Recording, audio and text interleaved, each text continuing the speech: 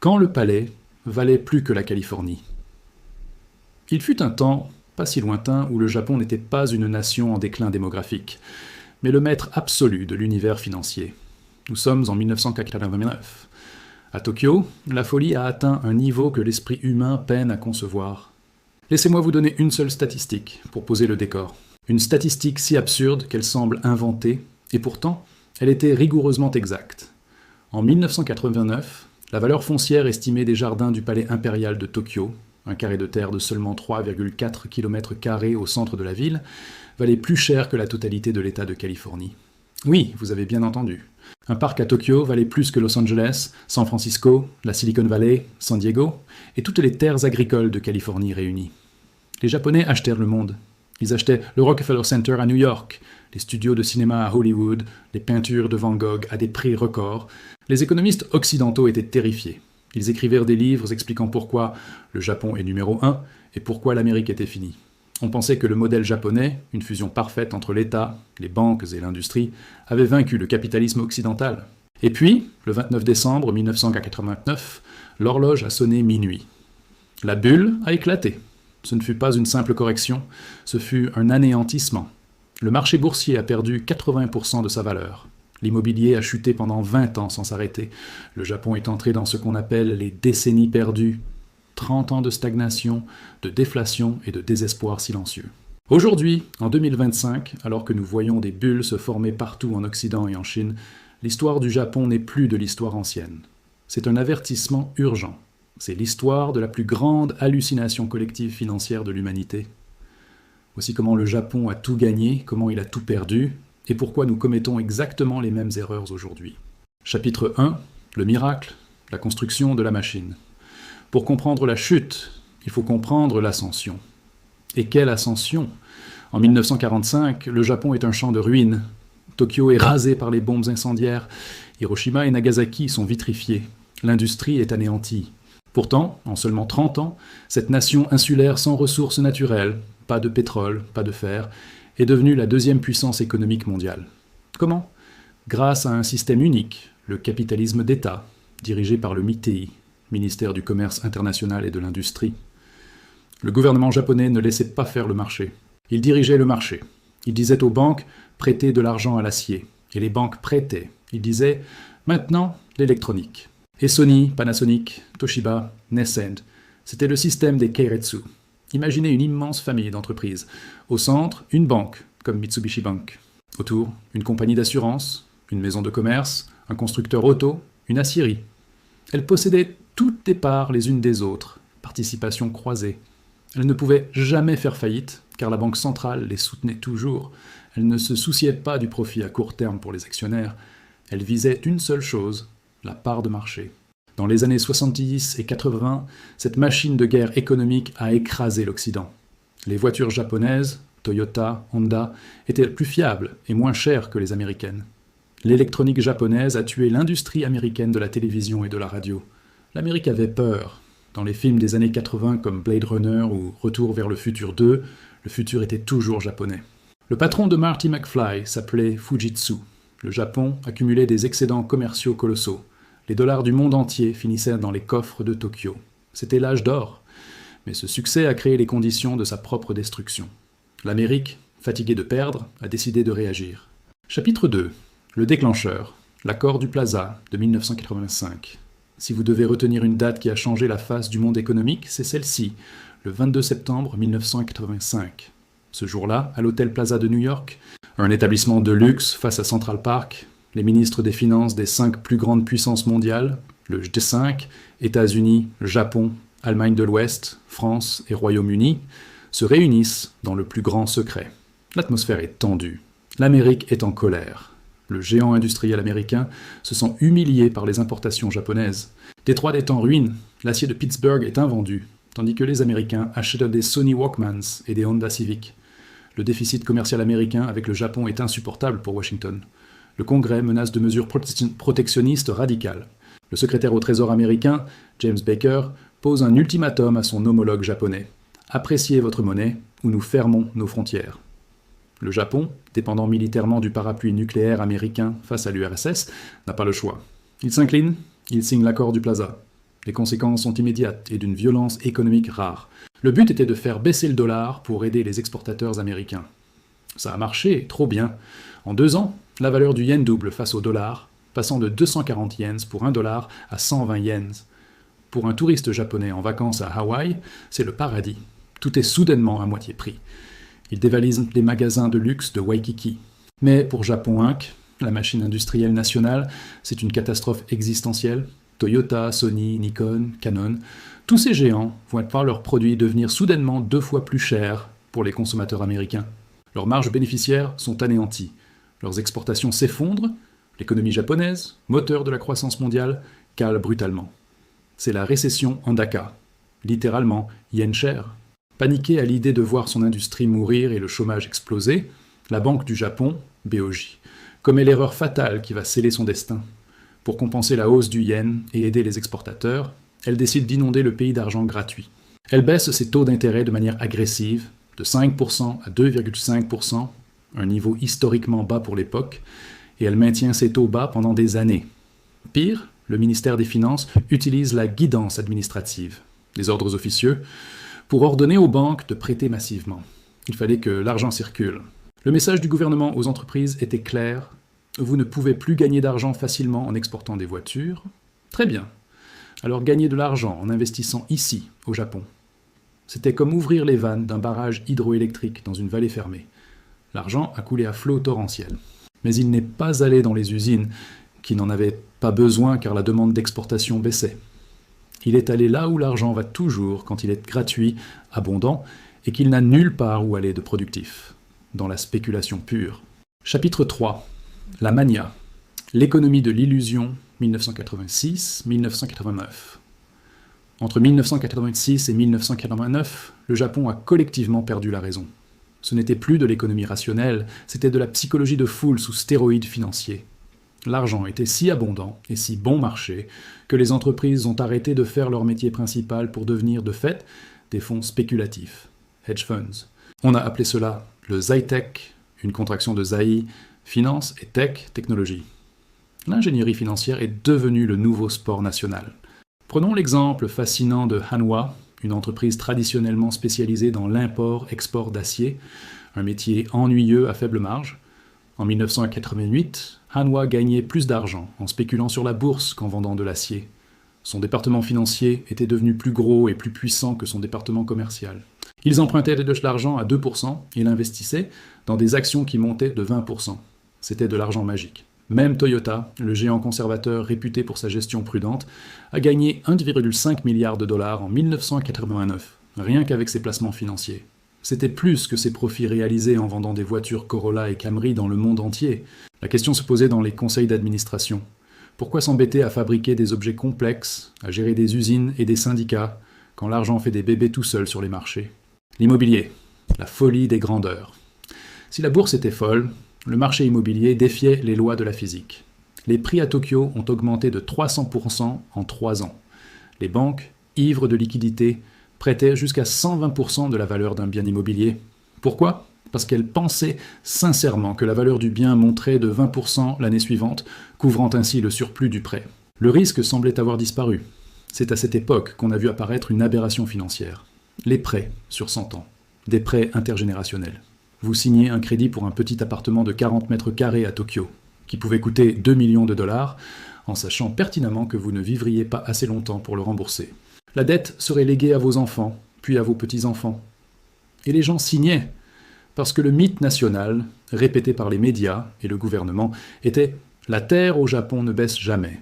Nous sommes une île, l'espace est limité, donc le prix ne peut que monter. » Les golfs à 3 millions de dollars. Le symbole ultime, presque caricatural, de cette décadence fut le marché des memberships de golf, adhésion au club de golf. Au Japon, le golf est un statut social. Pour jouer, il faut être membre d'un club. Ces adhésions s'échangeaient sur un marché secondaire, exactement comme des actions en bourse. Il y avait un indice des clubs de golf qui passait aux nouvelles du soir. Cet indice a grimpé de 400%. L'adhésion au très exclusif Koganei Country Club à Tokyo s'échangeait pour 3,5 millions de dollars. Réfléchissez-y, 3,5 millions de dollars. Non pas pour acheter le terrain de golf, non pas pour acheter le clubhouse, juste pour avoir le droit de réserver un départ le dimanche matin et payer ses green fees. Le plus fou, Les banques acceptaient ces certificats de golf comme garantie collatérale pour prêter de l'argent aux gens afin qu'ils achètent des appartements. C'était une économie circulaire de vent, basée sur rien d'autre que la croyance que le prix monterait demain. Le luxe débridé. La société japonaise, traditionnellement frugale et épargnante, a explosé dans une orgie de consommation. Les restaurants servaient des sushis saupoudrés de feuilles d'or comestibles. On buvait du café importé à 500 $ la tasse dans le quartier chic de Ginza. Les entreprises organisèrent des entretiens d'embauche pour les étudiants à Hawaï ou à New York, tous frais payés, juste pour essayer de les séduire. Si vous étiez un jeune diplômé qui savait respirer et marcher, vous aviez 3 offres d'emploi garanties, avec des bonus de signature extravagants. Dans les rues de Tokyo, la nuit, les gens agitèrent des billets de 10 000 yens, 100 $, pour essayer d'arrêter un taxi, car les chauffeurs ne s'arrêtaient que pour ceux qui offraient le plus gros pourboire. C'était l'euphorie totale. Les Japonais ne se sentaient pas seulement riches, ils se sentaient invincibles. Ils pensaient avoir découvert une nouvelle forme de capitalisme supérieur, perpétuel, immunisé contre les cycles occidentaux. Chapitre 4. Le sommet, décembre 1989. Le point culminant, l'apogée de cette hystérie collective, a une date précise, gravée dans l'histoire financière, le 29 décembre 1989. C'est le dernier jour de bourse de la décennie 80. L'indice Nikkei 225, l'équivalent japonais du Dow Jones, atteint son sommet historique intrajournalier, 38 957 points. À cet instant précis, la capitalisation boursière des entreprises japonaises représentait 45% de la capitalisation boursière de toute la planète. Une seule nation, avec 3% des terres émergées, valait presque la moitié du monde financier. L'action de NTT, Nippon Telegraph and Telephone, l'opérateur téléphonique national privatisé, valait plus cher à elle seule que toutes les entreprises cotées à la bourse de Francfort, Allemagne, réunies. Elle valait plus cher qu'IBM, AT&T, Exxon, General Electric et General Motors combinés. Le ratio cours-bénéfice, PE ratio, moyen à Tokyo était de 100. Cela signifie qu'au rythme des profits de l'époque, il fallait attendre 100 ans pour rembourser votre investissement initial. À titre de comparaison, la moyenne historique à Wall Street est de 15. C'était mathématiquement grotesque. C'était une aberration, mais personne ne voulait vendre. Pourquoi vendre quand ça montera encore demain ? La confiance était telle que les banques japonaises, qui étaient devenues les 10 plus grandes banques du monde par les actifs, surpassant de loin Citigroup ou Bank of America, ont commencé à financer des projets pharaoniques à l'étranger. Elles ont financé une grande partie du tunnel sous la Manche, entre la France et l'Angleterre. Elles ont acheté des immeubles emblématiques à Paris, à Londres, à Sydney.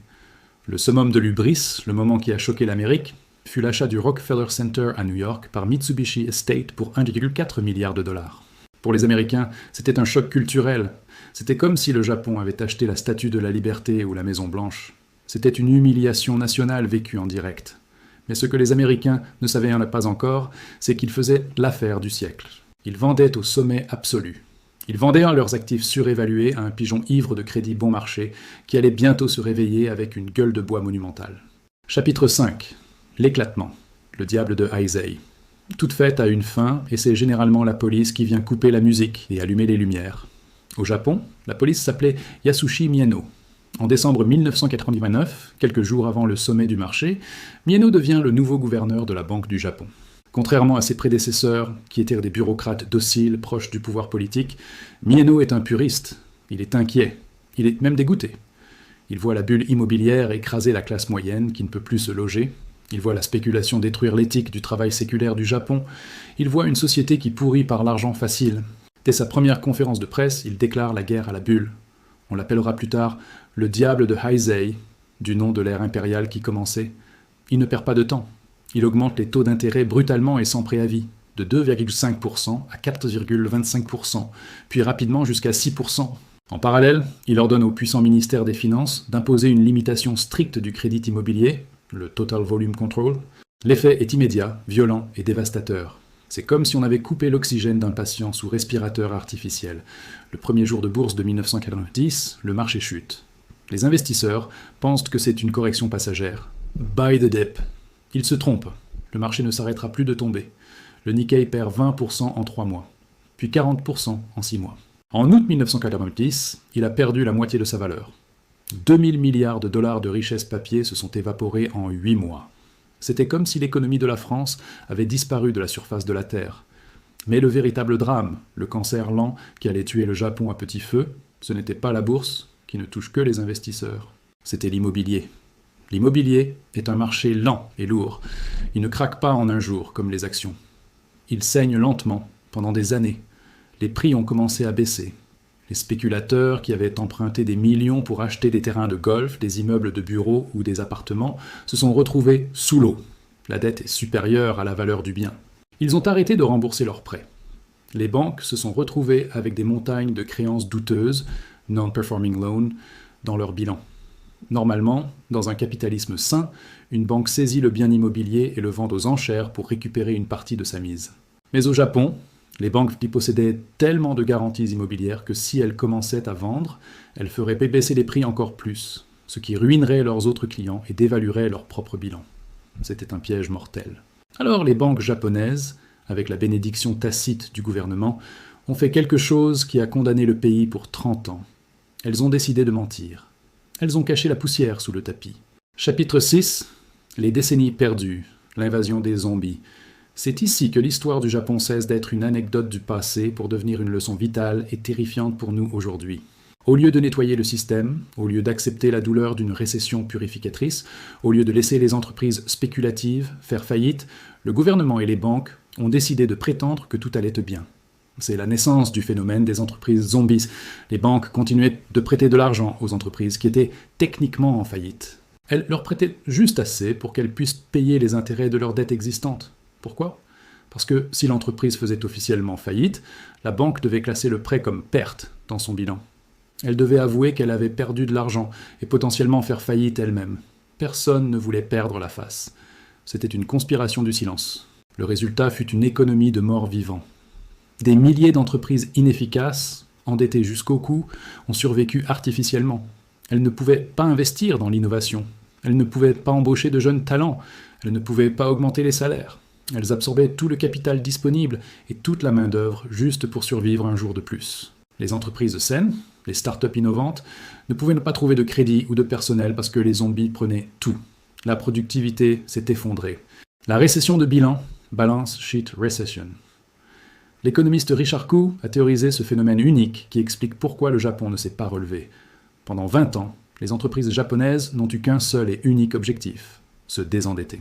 Même quand la Banque du Japon, désespérée, a fini par baisser les taux d'intérêt à 0%, une première mondiale à l'époque, les entreprises n'empruntaient pas. Imaginez, on vous propose de l'argent gratuit, mais vous refusez. Pourquoi ? Parce que votre bilan est détruit. Vous avez acheté un terrain à 10 millions qui n'en vaut plus que 2. Vous êtes techniquement en faillite. Chaque yen que vous gagnez sert à boucher le trou béant de votre dette passée.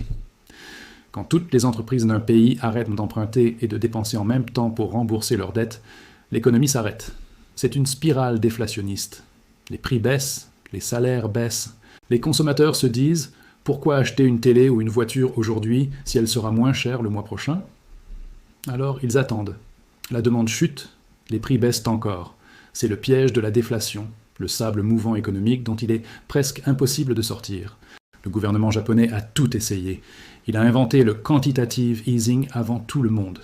Il a dépensé des milliers de milliards dans des plans de relance keynésiens.